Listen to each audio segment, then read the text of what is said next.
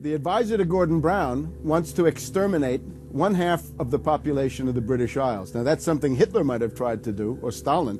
They didn't succeed. Will Gordon Brown do it? You can read this in the statements of these lunatics, radical environmentalists, fanatical Malthusians, tree huggers, whatever you want to call them. This is an ideology of genocide which can be documented exhaustively, ad nauseum, out of their own statements. When Gore said the science is settled, that raised red flags amongst the media, and then also amongst a lot of other people that sort of knew that that wasn't true, other scientists, and started to look at it. And of course, the more they looked at it, the more they realized, no, science is never settled. What is coming down now is environmentalism is nothing but phony science. Nothing but phony science. And if we really believe in the environment, if we really believe in freedom, if we really believe in truth, we need to get some straight answers. Now, the Kyoto Agreement, of course, was reached in the city of Kyoto. And what was interesting was several things came out of that. But the first thing was that not all countries had to participate in Kyoto, but not all had to take action. Only the developed nations were required to reduce their level of CO2. The developing nations were excluded. Now, of course, at that time, China was, and in some ways you can argue it still is, a developing nation. So it wasn't required to meet any targets under Kyoto, nor was India. The U.S., of course, held out. And what's interesting is that the U.S. Senate voted 95-0 against the Kyoto Accord, even though Al Gore was the vice president at the time. And lucky for him, he didn't have to cast a deciding vote. But so it was 95-0 against it, because the U.S. Senate saw, no, this is a socialist distribution of wealth. This is going to cost jobs and economy, and so they scrapped it completely. We're now told that you have to buy carbon offsets. In other words, if you have sinned by having a carbon footprint and by carbon emissions, you've got to buy a carbon offset, which is usually a scam. Somebody claims to have planted an acre of grass in the third world. It never happened. They take your money and laugh all the way to the bank. But they're telling you that in order to cleanse your guilt, you've got to buy a carbon offset. Talk about carbon polluters. You talk about them. It's my understanding that back in 1997, when you were vice president, Enron's CEO, Ken Lay, was involved in discussions with you at the White House about helping develop this type of policy, this trading scheme. And is that accurate? Is it inaccurate? It's been reported. I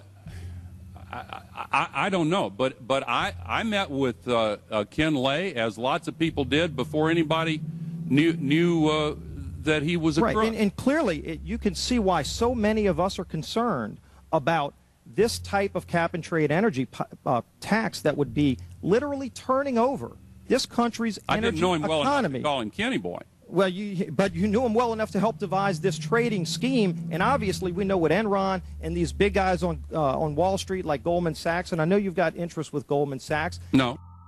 Well, that's been reported. Is that not accurate? No, I wish I did. With executives from you're partnered in companies with executives from Goldman Sachs. Well, if you're not. Al Gore has got to be the greatest con artist in modern history. This guy claims he invented the internet, even though it's on record he's a liar, and he got away with it.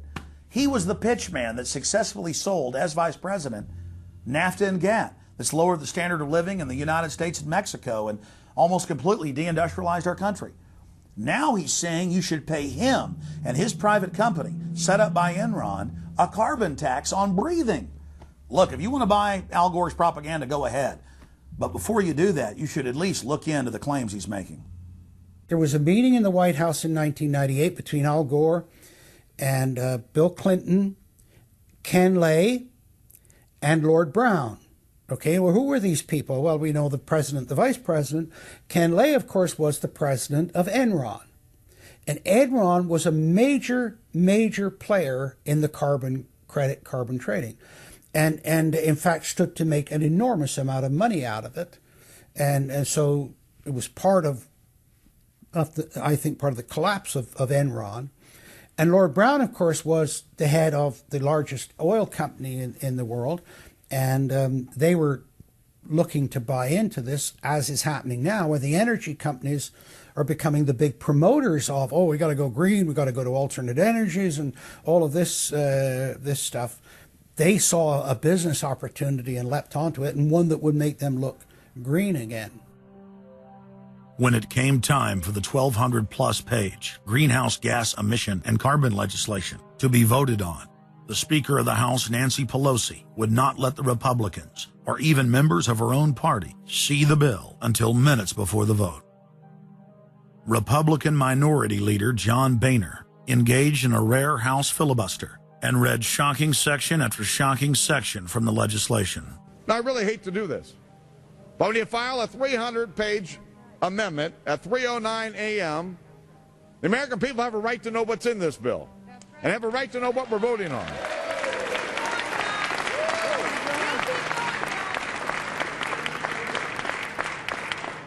Page 48. Each building code enforcement department receiving a grant under subsection A shall impanel a code administration and enforcement team consisting of at least one full-time building code enforcement officer, a city planner, and a health planner or similar officer. I can take you to Chickasaw, Mercer County in my district. They don't have one full-time person that works for the village, all right, not one. Look at the mandate on every city, village in America right here in this bill. So that we're not only going to tell you what the codes are going to be, but we're going to tell you how many people you need to hire to enforce this. Page 41, determine any geographic area within the contiguous United States that lacks a federal power marketing agency. Because, you know, we can't move power around the country without a federal power marketing agency. We do it today, but now we have to have a new government agency to do this. All California housing standards are now going to be imposed on every American community.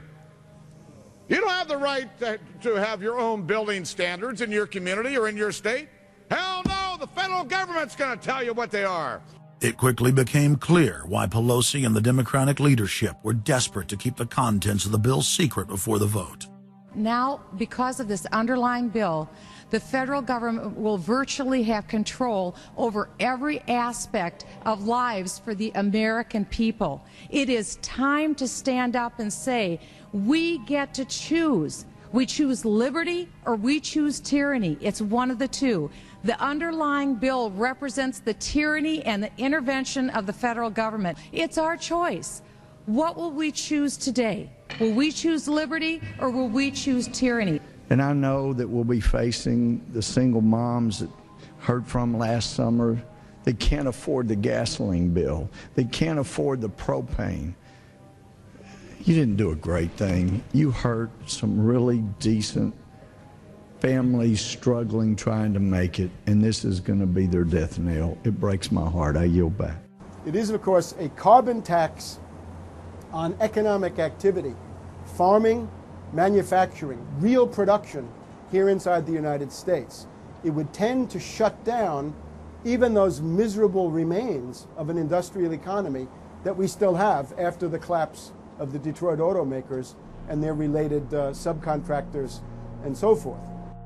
Every home and business in the United States would be federally regulated and controlled. Mandatory home inspections will be carried out by federal inspectors, and it's all at the expense of the homeowner.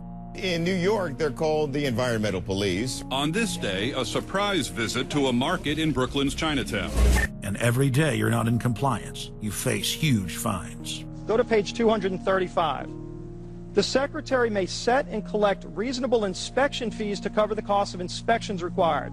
So number one, they can come in, the federal government can come in and inspect your house and send you the bill. And if they find that you're out of compliance with this new federal code, the Secretary shall assess a civil penalty for violations of this section.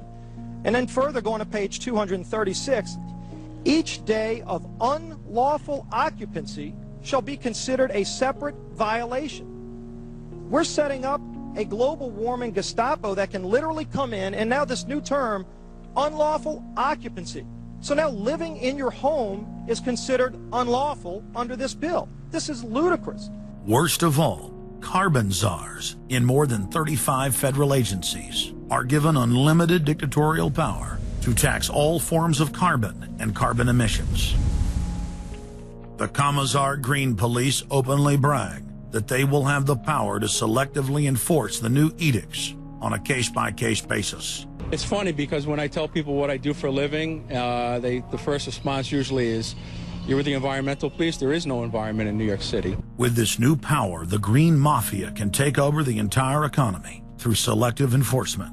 We know, Madam Speaker, that this national energy tax will cost the American people $2 trillion.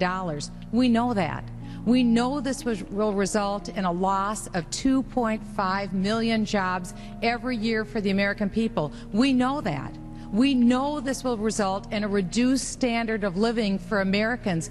We know that. What is the point and what's the benefit?